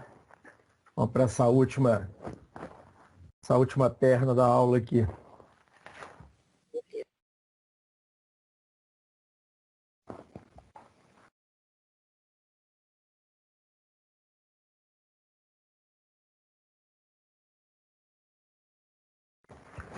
Bom, como eu tinha dito, né, essa definição aí é uma definição do Conselho Nacional de Saúde de 2004. Há outras definições, essa definição aqui é da Secretaria Estadual de Saúde de Minas Gerais. É basicamente uma cópia, tá? Estão falando a mesma coisa, promoção, proteção, recuperação da saúde, tanto individual quanto coletiva, tendo o medicamento como insumo, né, visando o acesso e uso racional, tudo aquilo que a gente já viu aí na anterior, tá? Então, quer dizer, ela basicamente repete uma a outra, tá? Outra definição que aparece aí é o seguinte: a assistência farmacêutica é parte estratégica da Política Nacional de Saúde. Ou seja, nós, né, enquanto assistência farmacêutica, nós temos um papel dentro da Política Nacional de Saúde. Não há como promover, como prevenir doenças sem acesso a medicamento. O medicamento ele pode ser não só curativo, mas também preventivo, então por isso é necessário, né? Então a Política Nacional de Saúde, quando a gente tinha Ministério da Saúde aqui no Brasil, a assistência farmacêutica ela era fundamental nesse processo, né? Agora está meio, né? Bom, deixa para lá. Então, estão colocando aí, né, que faz parte dessa estratégica da Política Nacional de Saúde, que se justifica pela sociedade em constante transformação e permeada por profundos debates políticos e ideológicos inerentes à evolução social. Ou seja, não é só uma questão de ideológica que está colocada aqui, não. Nós temos também evoluções na própria tecnologia. Aparecem medicamentos novos, aparecem doenças novas, né, como a gente tem visto agora, né, nenhum momento mais apropriado da história para poder falar isso. Então,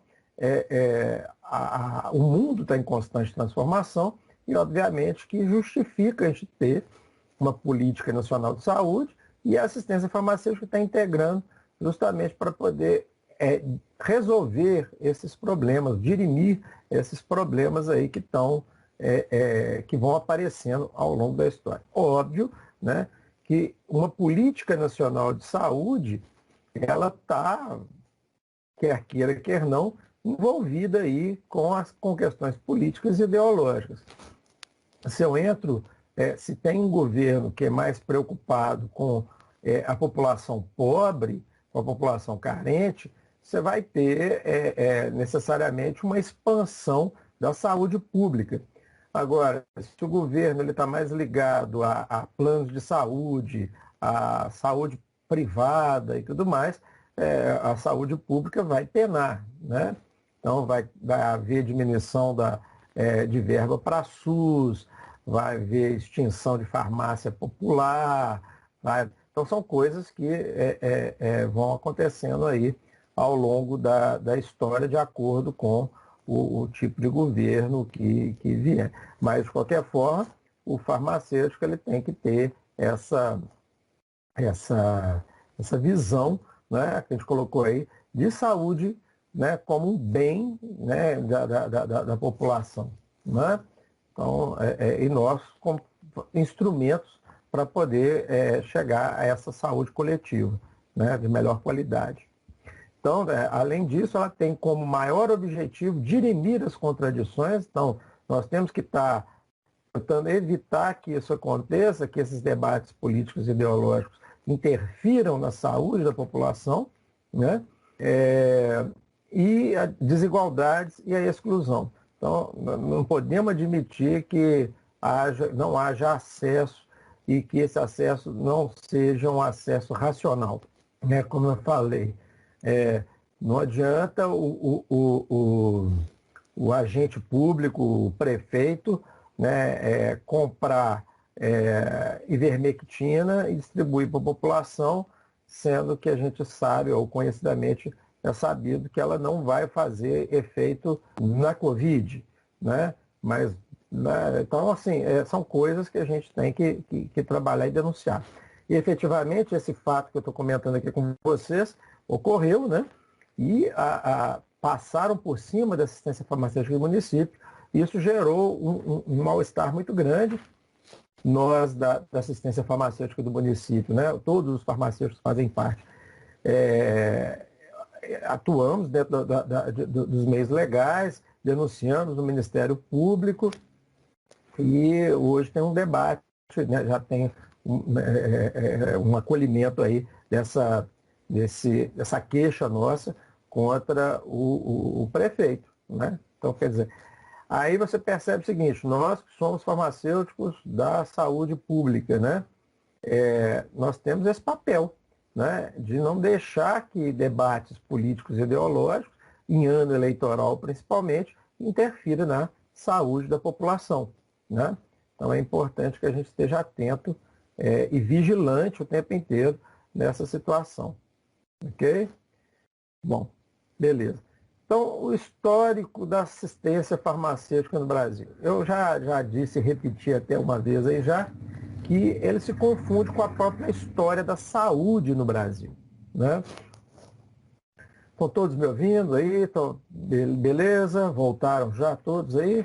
Eu vi que alguns já entraram. Sim, ok. Tá ok. Beleza.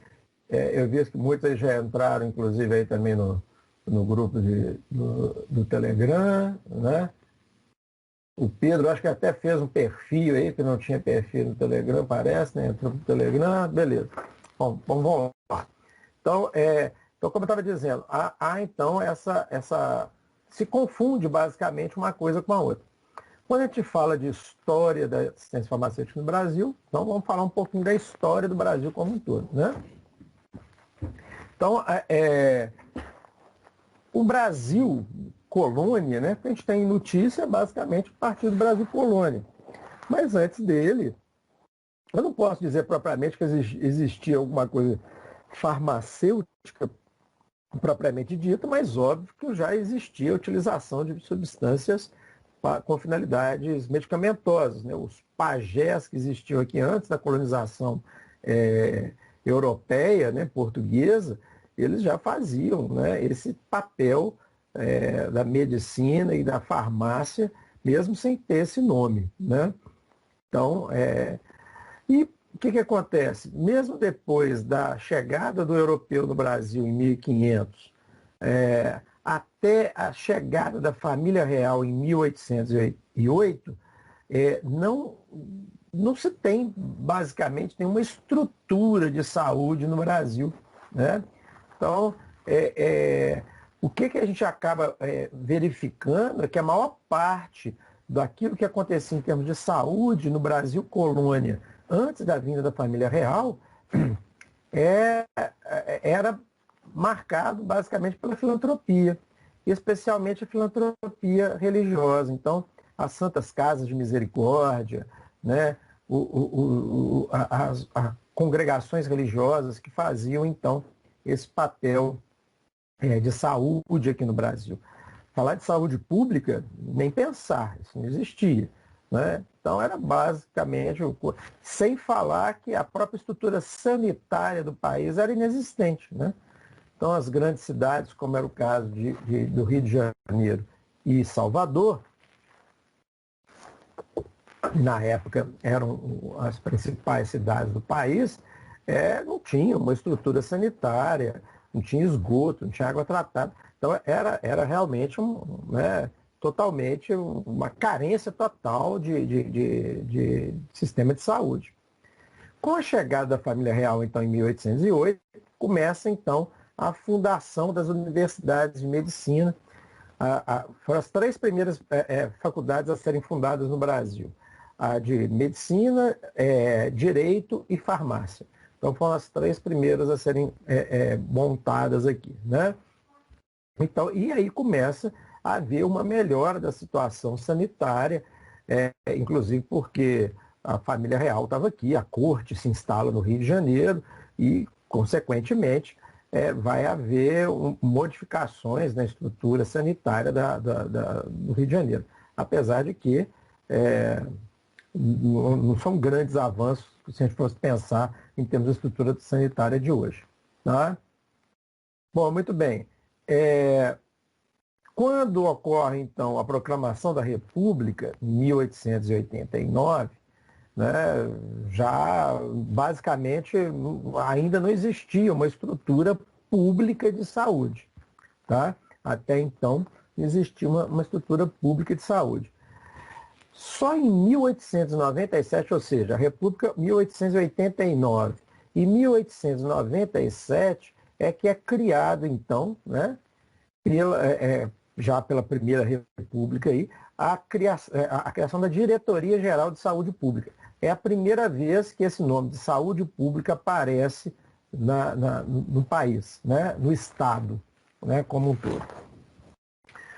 Mesmo assim, ela começou a fazer algumas intervenções, mas o grande salto mesmo acontece quando essa Diretoria Geral de Saúde Pública cai nas mãos, né, da coordenação do Oswaldo Cruz.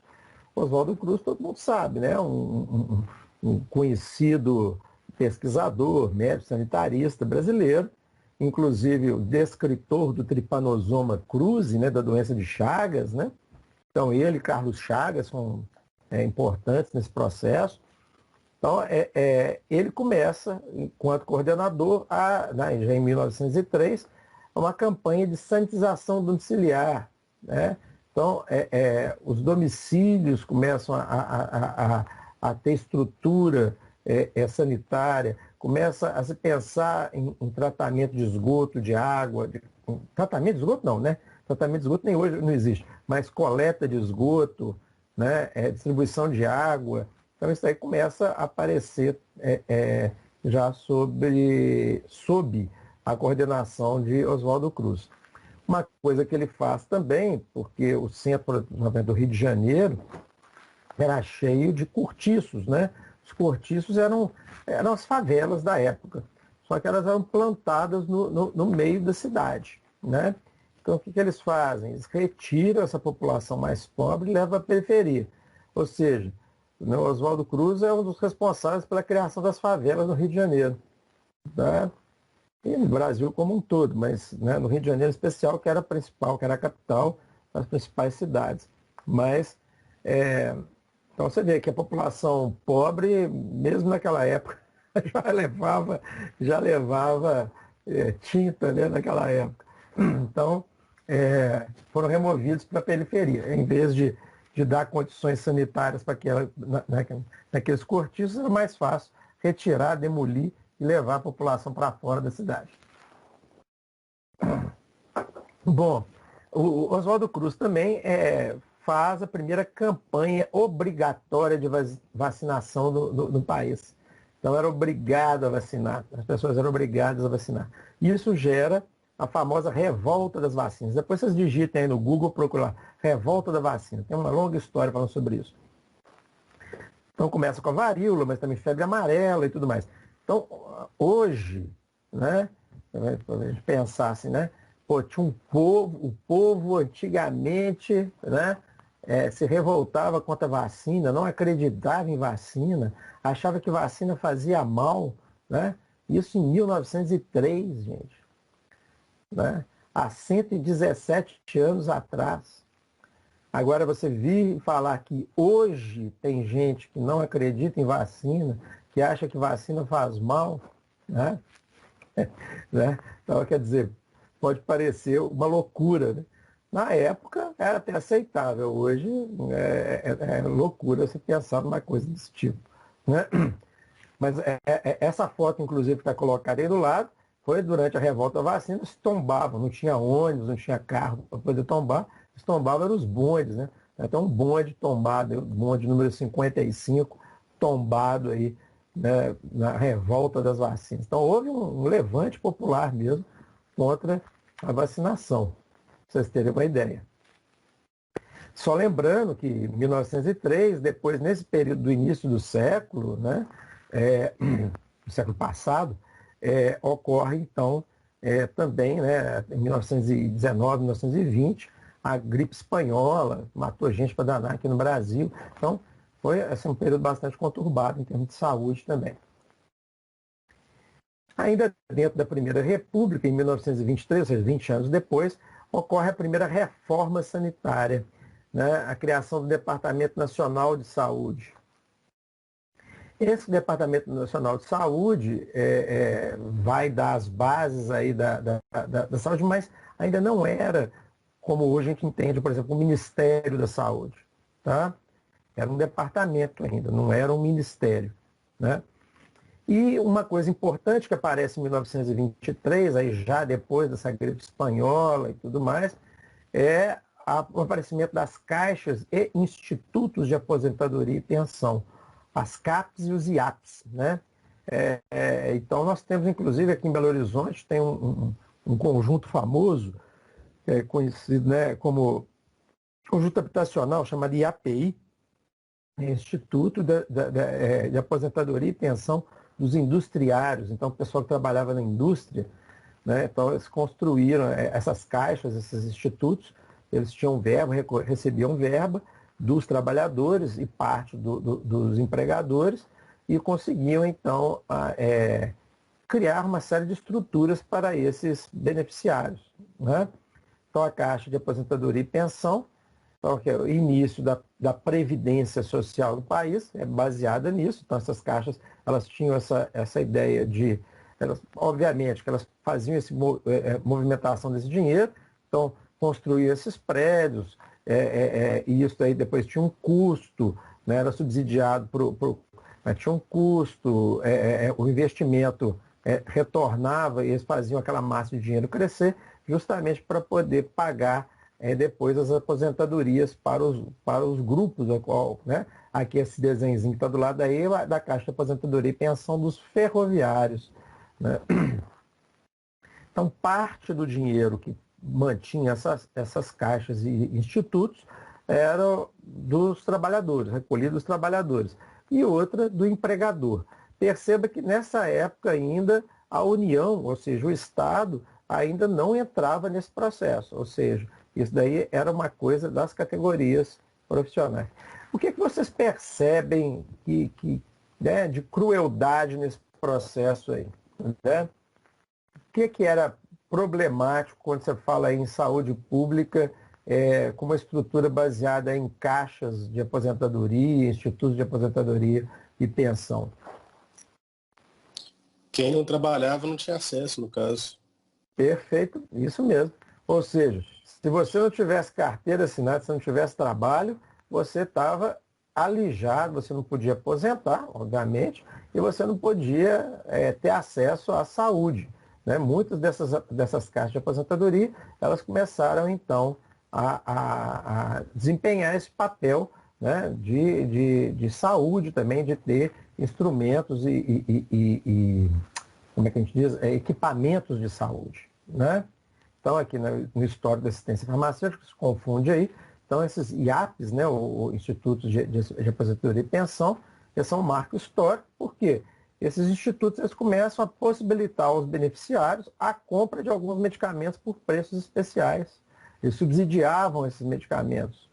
Então, em termos farmacêuticos, é a primeira história que a gente tem aí de intervenção junto à assistência farmacêutica, né? Preços especiais, menores do que os praticados no mercado, né? Tendo o Estado como, às vezes, cofinanciador. Mas até então, né, jamais no final dessa época dos institutos de aposentadoria e pensão. E muitas vezes como cogestor. Eles geriam, mas eles não entravam com dinheiro. Tá? Do sistema, né? A partir dessa, né? E passaria depois a assumir o dispêndio da atenção médica, né?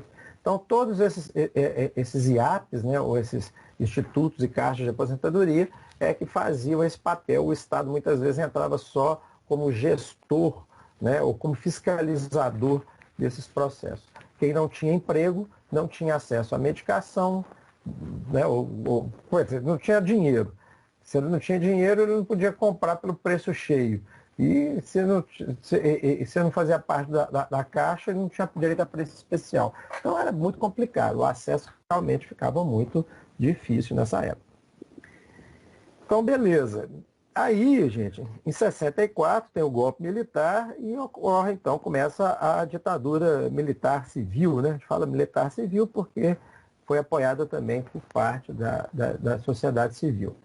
Então, naquele momento, os militares, como é comum entre os militares, eles centralizaram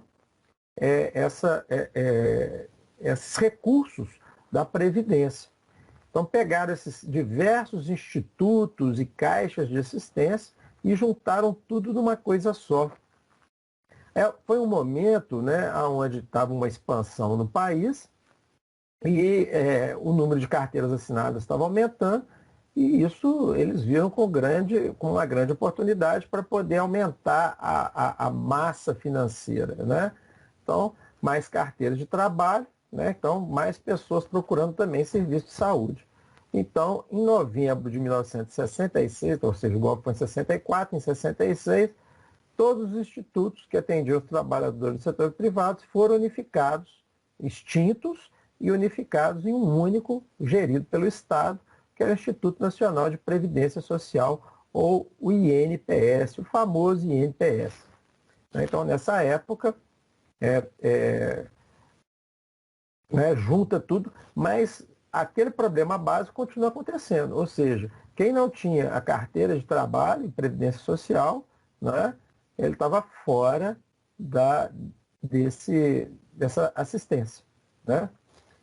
Então, com a centralização, o que aconteceu? Se esperava que com esse dinheiro, né, juntos você poderia, igual, por exemplo, a gente estava citando aqui o caso particular da Araújo aí, né? A Araújo, ela consegue ter um lucro grande porque como ela compra muito, ela negocia com o fornecedor preços mais baixos. Quando você tem uma condição de fornecimento mais baixo, você pratica preço de mercado, você tem uma margem de lucro maior. Então, você pode vender mais barato quando for necessário para poder, por exemplo, quebrar a concorrência, né, se for o caso, coisas que realmente acaba acontecendo muitas vezes. Então, você tem uma farmácia de bairro lá, Araújo entra, põe uma farmácia na frente. No bairro do meu pai foi assim. Então, pratica um preço que a outra farmácia ali não consegue praticar. Né? E aí quebra aquela farmácia, né? Quebrou aquela farmácia do bairro ali, eles voltam para o preço cheio. Né? Então, é prática comum. Entendido? Então, você pensa que quando a unificação dessas caixas de assistência, com essa massa de dinheiro que vai sendo gerado, você vai pensar que, beleza, vou ter dinheiro, vou conseguir negociar, vou construir hospitais de forma mais barata, vou colocar postos de saúde mais eficazes, vou conseguir comprar medicamento de forma mais eficiente.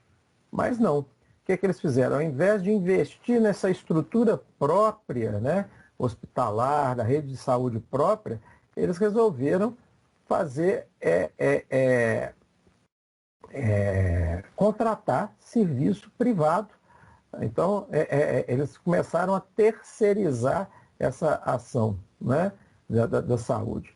Então, ao invés de desenvolver essa rede hospitalar, esses postos de saúde, né, eles começam a terceirizar. Obviamente, o resultado disso foi o quê? déficit no orçamento, prejuízo financeiro, porque o desvio nessas terceirizações era muito grande, né? Então, era uma forma aqui de, né, a gente não pode falar isso, na época não podia nem pensar em falar nisso, né? Mas era a forma de desviar dinheiro da saúde pública e da previdência para, né, interesses pessoais ou de determinados grupos, né? Então, ocorre esse déficit orçamentário e, obviamente, que a tendência é que o INPS tivesse um serviço ruim. Aqui é uma fotografia mostrando uma fila, a famosa fila do INPS. Hoje se fala, mas tem fila no SUS também. Gente, não dá nem para comparar. Não dá nem para comparar. E eu que vivi as duas épocas aí, né? Eu lembro das filas de INPS, era uma coisa terrível.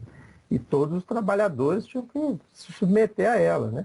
Você pensar que ainda não tinha nem estrutura de informatização, que você poderia colocar a pessoa numa fila virtual. Então, a pessoa dormia literalmente na fila. Às vezes passava noites na fila esperando para o atendimento. Então, era uma coisa horrorosa. Obviamente que esse fortalecimento da estrutura privada levou a uma coisa que não sei nem se era o objetivo na época, mas que acabou aparecendo, né? Então, essa estrutura de terceirização que o INPS assumiu acabou servindo de alicerce, né, de berço para a criação dos planos de saúde. Então, os planos de saúde viram uma oportunidade. Ó, se eu recebo do Estado para fazer um serviço, né, por que eu não ofereço esse serviço diretamente para o usuário, né? Então, eles começaram, né, a se organizar, e as cooperativas médicas, os grupos começaram a se organizar, começaram a oferecer esse serviço. Então, como havia participação de muitas vezes de governantes, de políticos nesses grupos, obviamente, né, nesses grupos de plano de saúde, obviamente que isso acabou se desenvolvendo e que não tinha muito interesse em melhorar a saúde pública na ocasião, né? Então, o INPS, já lá em 1967, que foi um dos anos mais bonitos da história, né? Em 67, por exemplo, os Beatles, né, lançaram Sgt. Pepper's, que foi um marco histórico na música. Isso foi no dia 1º de junho de 1967. Na véspera, nasceu eu, né? Eu nasci, né? Então, um ano muito importante na história, né? Então, dia 31 de maio de 67. Então, o Instituto Nacional, o INPS, autoriza então a prestação de assistência farmacêutica pela Previdência Social, tá? Em diversas e diferentes modalidades, tá? Tais como fornecimento direto de medicamentos, o financiamento parcial de medicamentos e o financiamento total da aquisição de alguns medicamentos, assim como também a consignação de medicamentos para empresas que eram conveniadas, né? Com o pagamento aí dos beneficiários. Então, essa estrutura aqui começa, então, em 1967, junto ao INPS. Então, já começa a haver alguma coisa aí de distribuição de medicamento gratuito para a população. Então, quer dizer, basicamente, em 1953 anos atrás, que é pouco tempo na história, né, de um país de 500 e tantos anos, que vai aparecer aí acesso a medicamento gratuito para a população. Bom, obviamente que o INPS estava fadado a morrer por conta dessa questão, né, de fraude, de déficit orçamentário. Então, eles criam em 77, 10 anos ali depois desse último slide, eles criam o Instituto Nacional de Assistência Médica e Previdência Social, o conhecido INAMPS.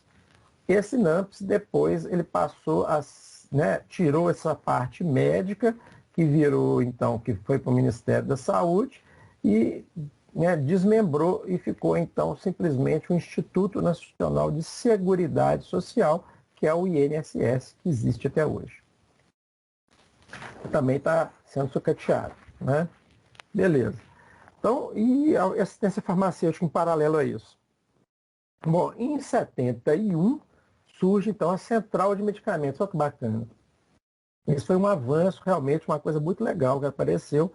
A Central de Medicamentos, ela, inicialmente, ela foi ligada diretamente à Presidência da República. Então, qual que era a ideia dela? Era o fornecimento mínimo de medicamentos à população carente. Então, era comprava de laboratório particular para distribuir, né? A ideia inicial era essa. Então, centralizava as compras aí na Presidência da República. Você faz uma ideia, né, do montante de dinheiro que circulava, e quando isso estava ligado diretamente ao Ministério da República, à Presidência da República, sem nenhuma fiscalização, como é que era o desvio de verba nessa época, né? Depois de 74, ela passa então para o Ministério da Previdência Social. Em 85, aí é que a SEMI, a Central de Medicamentos, passa para o Ministério da Saúde. Em 1990, eu fui estagiário, né? Meu estágio curricular em indústria, 90, 91, durante o ano de 91 todo, eu fui estagiário da SEMI, né? O laboratório, a SEMI comprava esses medicamentos de diversos laboratórios e mandava para laboratórios de referência para fazer controle de qualidade. Na ocasião, o laboratório da Faculdade de Farmácia da FMG era um dos laboratórios de controle de qualidade, era um dos laboratórios referenciados pela SEMI. E eu fui estagiário lá por um ano. Eu trabalhei tanto no controle físico-químico quanto no controle biológico, microbiológico lá, né? Então, eu fui estagiário da SEMI, né? Eu acho que tem até aí guardado ainda lá o meu contrato lá de estagiário da SEMI, né? Ela foi extinta depois, obviamente, né? Hoje não existe mais. Na segunda metade da década de 70, os medicamentos de alto custo, né, que eram distribuídos pelo serviço público, passou, né, a ser fornecido pelo INAMPS por causa da pressão das associações de usuários. Então, começou-se, então, a fornecer medicamentos que estavam fora de uma listagem básica. Uma coisa que depois eu vou falar aqui é que a SEMI, a própria existência da SEMI, levou à necessidade da criação de uma relação nacional de medicamentos, a RENAME, tá? Muito bem. Então, a RENAME nasce em 82, né? E ela faz essa regulação para aquisição dos medicamentos, né? Então essa RENAME que foi o primeiro passo aí para hoje a gente fala de padronização de medicamentos. Então, todos os municípios depois, todos os estados, eles foram criando depois, né, as relações estaduais e as relações municipais de medicamentos. Aí em Betim a gente tem a REMUME, que é a Relação Municipal de Medicamentos Essenciais, né? Essa relação, vocês têm disponibilidade dela, depois eu disponibilizo para vocês também, eu coloco para vocês aí, ela é revista constantemente, né? A Relação Nacional de Medicamentos, por questões logísticas, ela é revista a cada 2 anos, tá? Existe até hoje, tá? Em 88, aconteceu um marco histórico importantíssimo, que foi o primeiro Encontro Nacional de Assistência Farmacêutica e Política de Medicamentos. Aconteceu também aqui o primeiro Fórum Nacional de Saúde. Esse ano de 88 foi um ano muito importante. O que mais que aconteceu em 88 que foi importante aí para a saúde, que vocês lembram? Quem estudou história aí deve lembrar. 88 é uma data marcante, tem uma coisa importante que acontece em 88. Nós tivemos em outubro a Constituição Federal. Uhum. Exatamente. Lembro direitinho. A Constituição, né? Essa Constituição a gente chama de Constituição Cidadã, né? Aqui é só mostrando a história da REMUME, tá? Isso aí tá lá. Vocês têm isso aí também acesso naquelas aulas, web aulas que estão lá no AVA, tá? Bom, beleza. Então a Constituição Federal. O que é importantíssimo aí nessa questão da Constituição Federal? É que pela primeira vez vem descrito aí na seção 2, né, referente à saúde. E os artigos, né, o 196, 97, 98, 99 e 200, eles tratam basicamente disso. Então, falam lá, ó, a saúde, e aqui é bacana, é direito de todos e dever do Estado. Então, a Constituição assume que a saúde é um dever do Estado. E outra, que é direito de todos, não é direito só dos trabalhadores, só de quem tiver empregado. É direito de toda a população brasileira, né? Então, vai falando, né? São de relevância pública as ações de serviço de saúde, cabendo ao poder público dispor nos termos da lei sobre sua regulamentação. E depois vem a regulamentação, a fiscalização e controle, né, devendo sua execução ser feita diretamente ou através de terceiros, também por pessoa física ou jurídica de direito privado. Ou seja, ela não limita a saúde como sendo simplesmente pública, ela também abre essa possibilidade da promoção de saúde ao empreendedor privado, entretanto, com fiscalização do Estado, né? Então, alguns princípios aqui no artigo 198, fala também da descentralização, né? Do atendimento integral e da participação da comunidade, que vão ser também princípios do SUS, né? Então, o SUS não existia até aqui, né? Então, no artigo 200 é criado, então, o Sistema Único de Saúde compete. Então, nós temos aí a criação do Sistema Único de Saúde na Constituição. Então, além das atribuições, né, dos termos da lei, coloca lá, né? Aí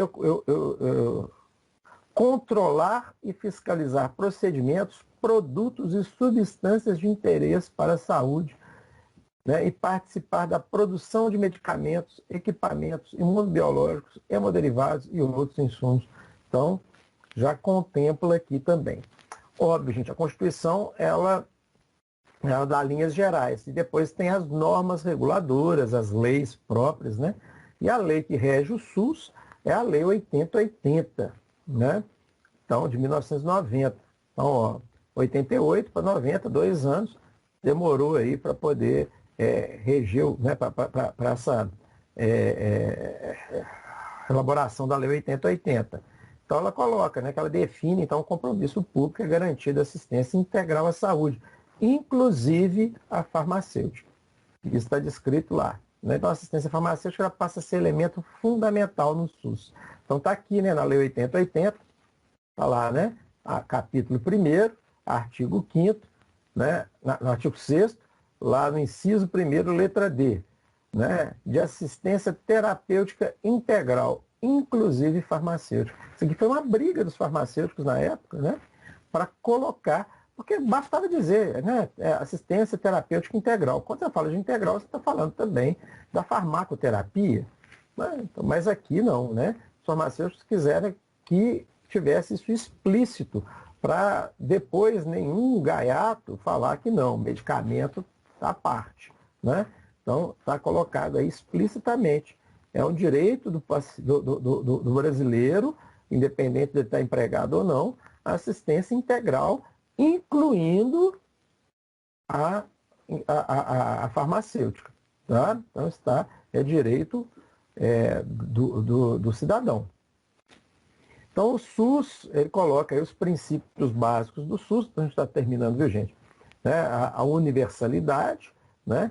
Então, como é direito de todos, né? Então, e dever do Estado, então você coloca, né?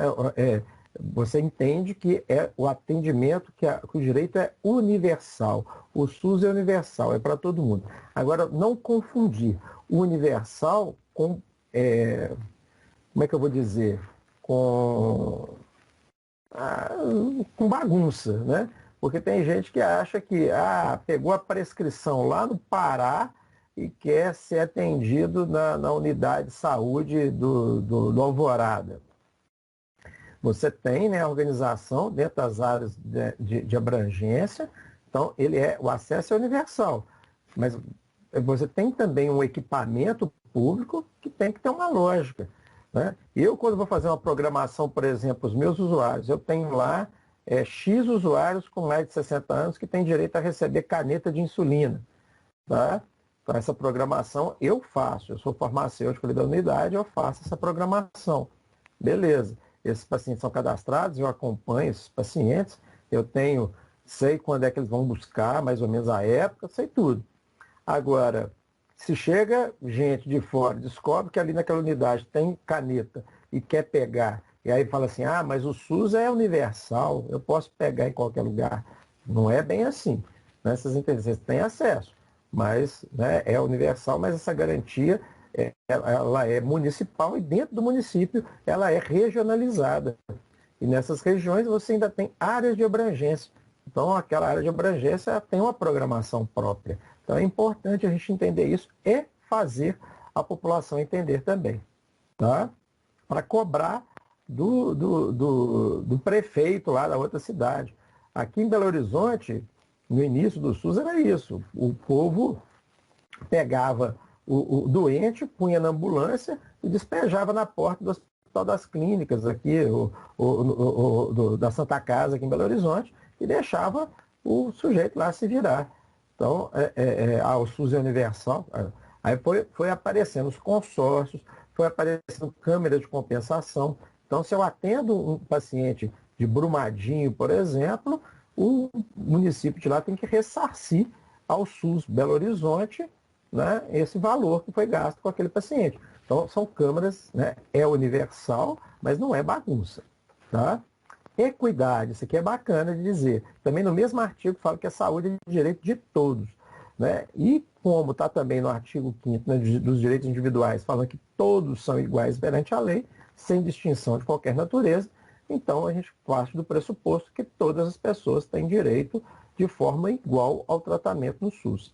Agora, igual, né, é diferente, né, tratamento equânime, melhor dizendo. Né? Eu tenho tratamento equânime. Equidade é diferente de igualdade. Isso é uma coisa importante vocês frisarem aí, quem estiver anotando, anota aí.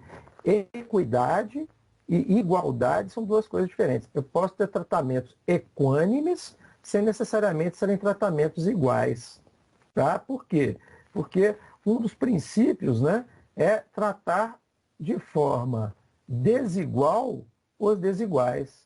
Ou seja, aquele que precisa mais, eu tenho que fornecer mais. Não é? Aquele que é mais carente, eu tenho que privilegiar em determinado momento, né, em relação àquele que tem outras condições. Tá? Então, o tratamento ele é equânime, mas não necessariamente ele é igual. Tá? Então, eu tenho que procurar, sim, ao longo, né, junto com esses princípios fundamentais, reduzir essas desigualdades sociais. E uma forma de reduzir, né, sociais e regionais, é trabalhar de maneira equânime, não necessariamente igual, para promover o bem de todos. Então, recursos do SUS, eu vou aplicar onde? Eu vou colocar em todas as regionais de Betim, eu vou colocar todos os medicamentos, todas as unidades vão ter igualzinho. Não, eu vou, em primeiro lugar, eu vou aumentar o número de unidades do SUS naquelas regiões mais carentes. Aquelas regiões onde eu tenho um público de renda mais elevada, com melhor condição sanitária, com um perfil epidemiológico muito mais tranquilo, eu posso ter menos unidades de saúde. Né? Então vocês entendem, né? É isso que eu chamo de equidade. Tá? Por fim, né, tem a descentralização, né? Então é aquilo que é ao contrário do que aconteceu no governo militar. Então a gestão ela se dá melhor quando você tem a proximidade com o gestor, e o gestor, no caso, é o município, apesar da participação dos estados e da federação em outros níveis de complexidade. Tá? Depois a gente vai discutir isso com mais calma. E uma outra coisa que eu acho fundamental, a participação social.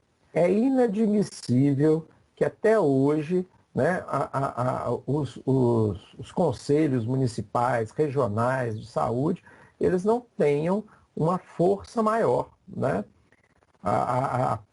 Pela regulação do SUS, né, esses conselhos de saúde, eles têm uma paridade que é privilegiando a população. Ou seja, no conselho de saúde, os usuários têm metade das vagas. 1/4 das vagas vai para os trabalhadores e só 1/4 é do governo. Então, não dá para o governo fazer as coisas da cabeça dele sem ouvir o conselho. Então, quando você vê em Betim, por exemplo, uma unidade igual a unidade Novo Amazonas, e quem trabalha em unidade de saúde, ou já trabalhou, deve ter visto isso aí em outras regionais, né? A prefeitura foi, em determinado momento, no governo do Carlyle, e fechou a farmácia do Novo Amazonas. Transferiu essa população toda para o Alvorada. Ou seja, prejudicou a população do Novo Amazonas de Boa Esperança, que era atendida também no Novo Amazonas, na área da abrangência lá, e prejudicou a população do Alvorada, que passou a enfrentar filas quilométricas na unidade básica, na farmácia da unidade básica, para poder atender a população. Né? Então, sem passar pelo conselho.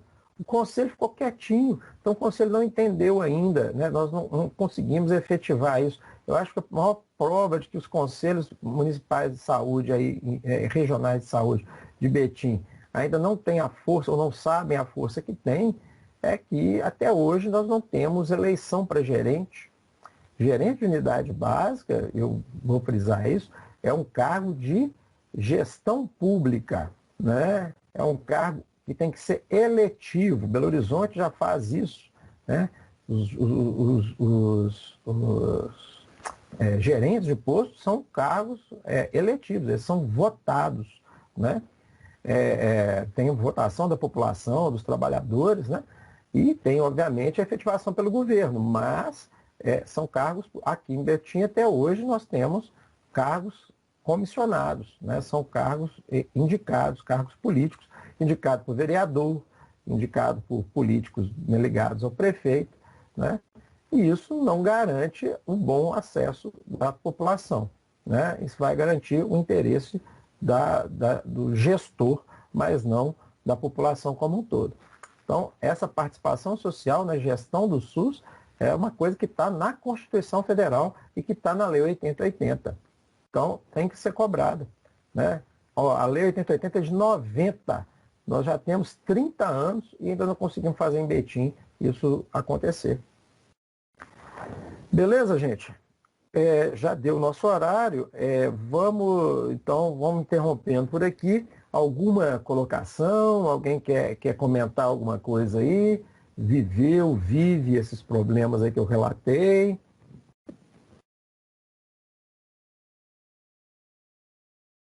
Ok? Ok, muito obrigada. Bom fim de semana, professor. Então, um bom final de semana. Um bom final de semana para vocês aí. Bom descanso. Bem. Tchau, tchau. Tchau. Uma aula muito boa, né?